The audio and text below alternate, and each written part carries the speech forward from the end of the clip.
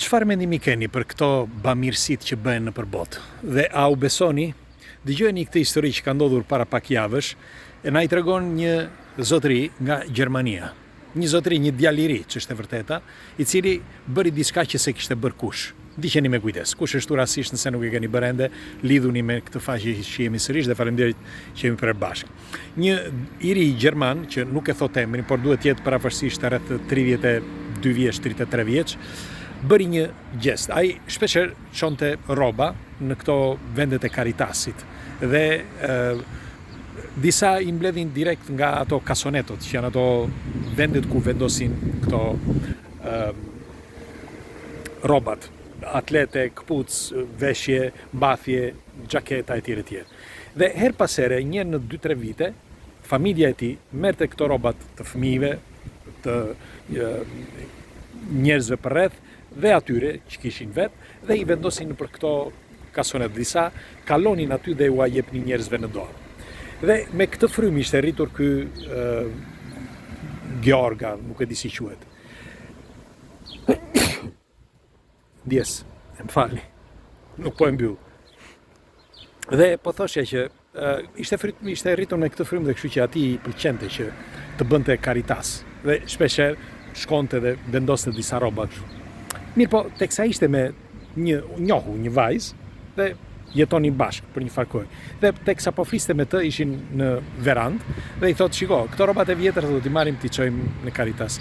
Po ti je I sigurt, tha ajo, I tha fejuara, me fjalë dashura. Ti je I sigurt që këta I çojnë në vendin e dur këto plaçka? I thot, pse jo, thot, nuk ka asgjë të keqe. E kemi bërë prej koshtot dhe ne e dim që një pjesë prej tyre shkojnë. Po mirë, pse nuk bën një test të vogël, I thot ajo. Provoj një. E kështu bëri ky. Ai çfarë bëri? Brenda një atleteje, sepse kishte një para atlete, ishte të mirë atletet, nuk ishin shumë të vjetra, por meqenëse ishin grisur pak nga anët, pra aty ku fuste këmën, ai nën atlete vendosi një mikrochip të vogël, një ato airbag, si quhet ai, një ato janë të vogla. Kështu edhe I kontrollon me anë të GPS-it. Në fjalë një mikrochip që e kontrollon me anë të GPS-it. E vendosi aty, e ngjiti mirë, pra me ngjitës që mos të dukej, e preu shumë bukur, dhe në njërin nga këto atlete, dhe I dërgoi. Atletet bën një rrugë të gjatë, sepse përveç atletëve ai dha dhe gjëra të tjera, dhe ishte me kryqin e kuq, që kryqi kuq mbahet si një nga këto, si mund quhet, organizatat bamirëse më të mëdha dhe më të rëndësishme të globit. Dhe ja dha kryqit kuq. Këta I morën, kishin dhe të tjerë që I çonin, kishte vite që e bënin, I morën, I çuan në një magazin dhe ai e ndiqte gjithmonë me aplikacion. Merreni mend që të gjithë ato rrobat, atletja e tij shkoi deri në Australi. Ndejti aty në Australi 3 ditë, parafërsisht, pastaj u kthye prapë në Evropë. Është e çuditshme, u kthye prapë në Evropë, sepse do t'ja u them se përse. Atëre, duhet të dini që këto organizatat bamirëse marrin të ardha financiare nga shteti dhe nëse bëjnë një rrugë për shembull nga Gjermania në këtë rast deri në Australi, u pagon shteti jo vetëm 2 fishin, po 10 fishin, sepse e bëjnë për bamirësi. Dhe kështu që këto tesha shkuan deri në Australi, ndejtën 3 ditë, pastaj u kthyen në Evropë. Në momentin që u kthyen në Evropë, shkuan në Sloveni. Nga Slovenia në Maltëzi. Dhe në Maltëzi gjeti, me fjalë, ky kuptoi që ishin në një vend të caktuar.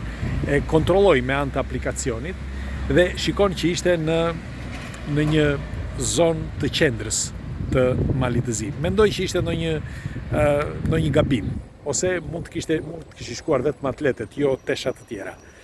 Dhe e kontrolloi mirë, ishte me fjalë aty kishte vetëm dyqane, s'kishte gjë tjetër në qendër të qytetit. Dhe çfarë bëri ai? Iku nga Gjermania, mori avionin dhe shkoi në Maltëzi. Edhe vendos sapo u fut në Maltëzi, e hapi atë aplikacionin për të parë se ku ishin atletet. Ishin gjithmonë atje në atë vend. Dhe kishin kaluar 2 ditë, si ishte mundur që gjendeshin gjithmonë atje, pra atletet. Dhe ai donte të kuptonte. Shkoj atje dhe çfarë të shoh. Atletet e tia ishin në një dyqan shitjeje. Pra, shiteshin në një dyqan me një çmim që me sa kuptova ishin 15 euro. Dhe doja t'i thosh që ai u acarua, bëri dhe denoncim dhe thanë që ka qenë një gabim, sepse gabimi është bërë që në Australi etj.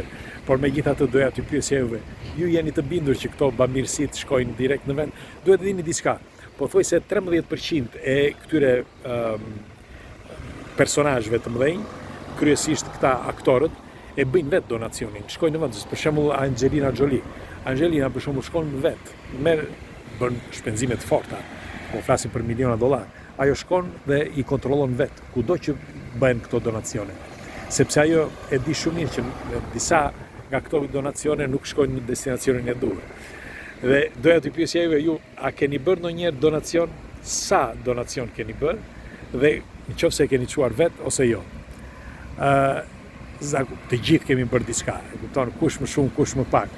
Mirë po, unë kur nuk kam besuar të këto donacionet organizata, se janë shumë të ralla, ato që janë të mira. Kryesisht ato që janë organizata që nuk gënjejnë dhe nuk mashtrojnë, janë vërtet që ndihmojnë njerëzit, janë për shembull këto gratë e këshillit të mirë, pra të kishave. Është e vërtet kjo, nuk është se këtu kam paragjykime për njërin apo për tjetrin, por ndihmojnë shumë. Dhe që është e vërteta, për shembull në Trojet shqiptare ka dhe disa organizata muslimane që ndihmojnë. Është e vërtet kjo. Pra, po flasim për Shqipëri, kështu që në Shqipëri qoftë nga një besim apo qoftë nga tjetri, besimet fetare, pra kush janë organizatat besimeve fetare, ndihmojnë. Dhe kjo nuk e luan topi, është e vërtet. Ka normal që një pjesë prej tyre me fjalë dhe shfrytëzojnë rastin, shfrytëzojnë njerëzit, po na marrin telefon, sepse është kohë dreke, thonë, edhe më falni, nuk po e mbyll sepse sot s'kemi punë fare sot. S'kemi punuar fare sot dhe më duhet iki tani. Megjithatë po thosha, është e çuditshme se si këto organizata duhet, për shembull, do t'i them diçka. Jo se këtë nuk e njoh, këtë kryqin e kuq me fjalë qofse bën kështu më falni, me tesha. Por është një organizat tjetër, që nuk dua t'i them emrin, që bën rreth 80 milion dollar në vit faturato. 80 milion dollar në vit faturato. Normal që këtu bëhet pjesë e gjenje, bëhet pjesë me fjalë ato që çka dhurojnë njerëzit, para, tesha, çek, makina, shtëpi, pra po flasim për pasuri. 80 milion janë shumë në vit. Tani bëheni ju llogarinë se kush i merr këto dhe ku i çon.